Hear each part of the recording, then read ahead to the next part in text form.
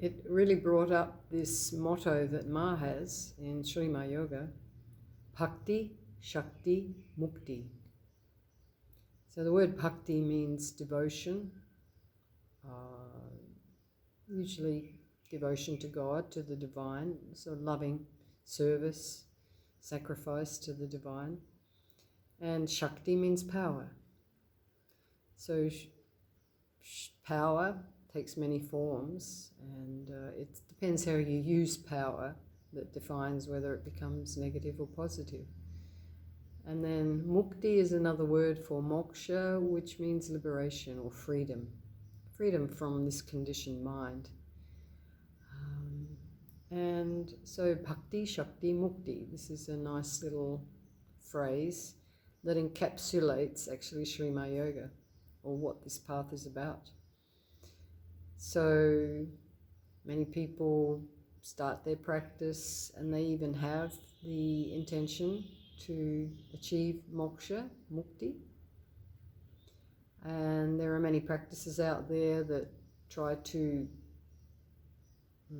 raise the power, the kundalini power or the pranas.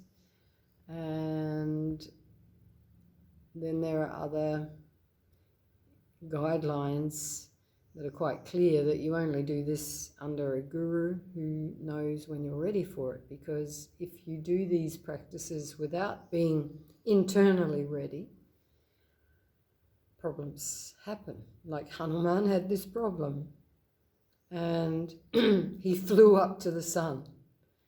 That heating energy flew up and he was struck down, and his pranas left the body.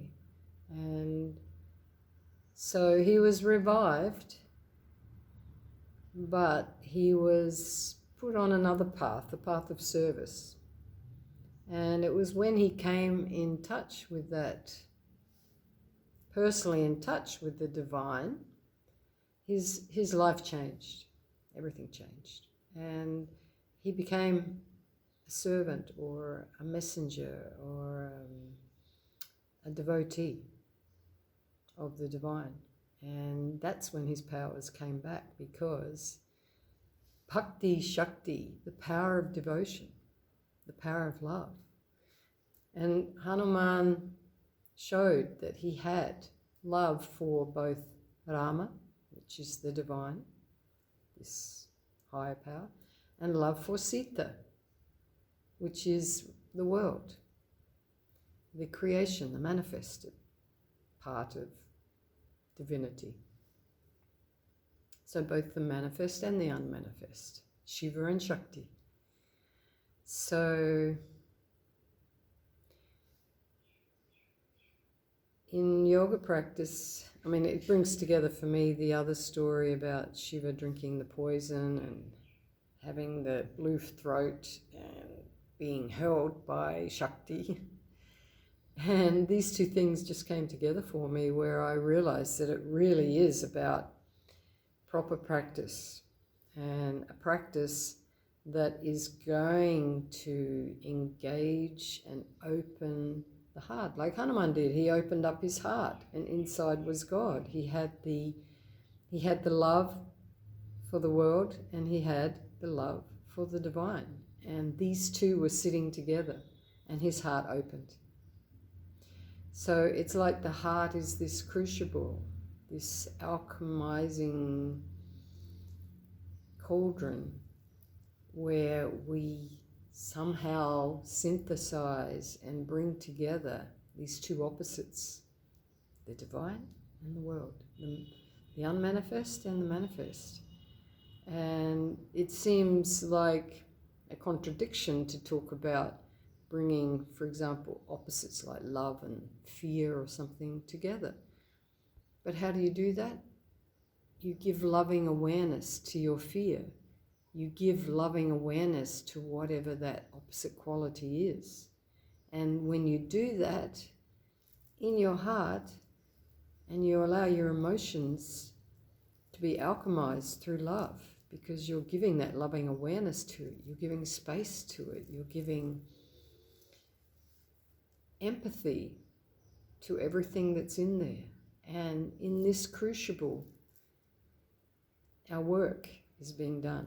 This is the yoga.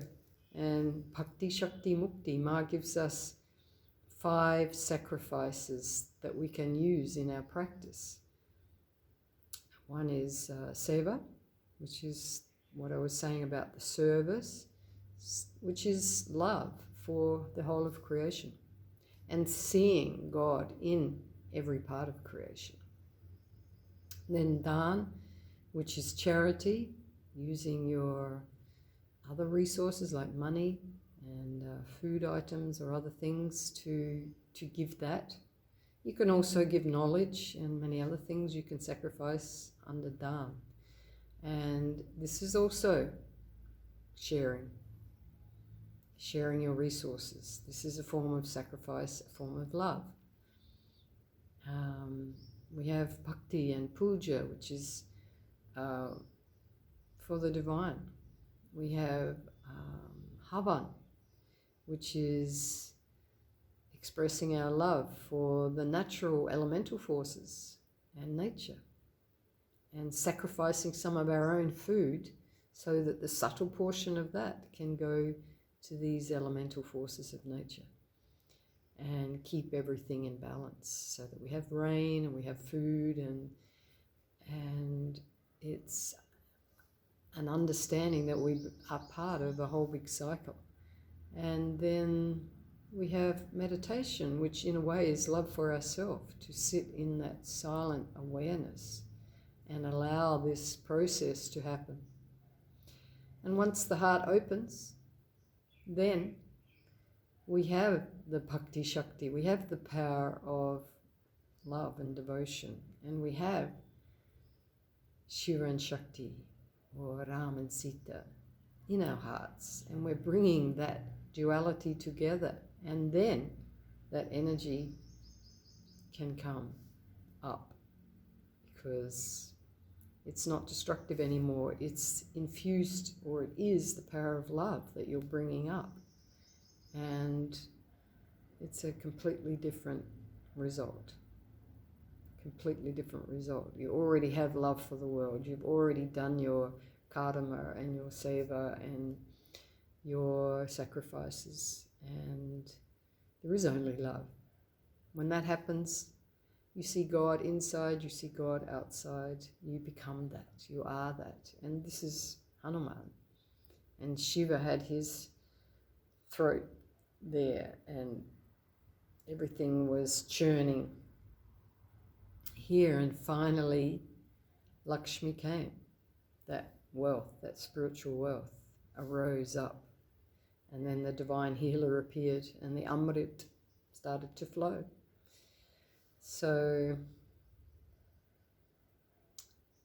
yeah, wishing you today a few moments where you can sit and connect with your own heart and listen, deep listening.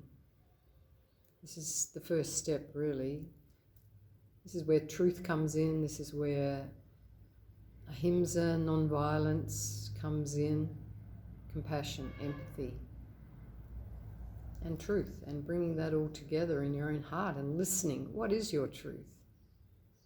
What is it that who are you? What is it that you need to do here? And listening to the answers, because they come from within. God resides within your own heart.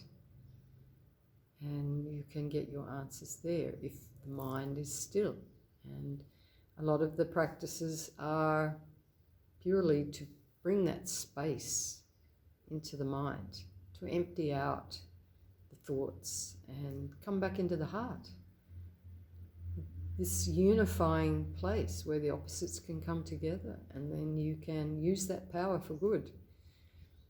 So, Om Shiv Shakti, Sitaram, Sitaram, Jai Hanuman, Jai Hanuman.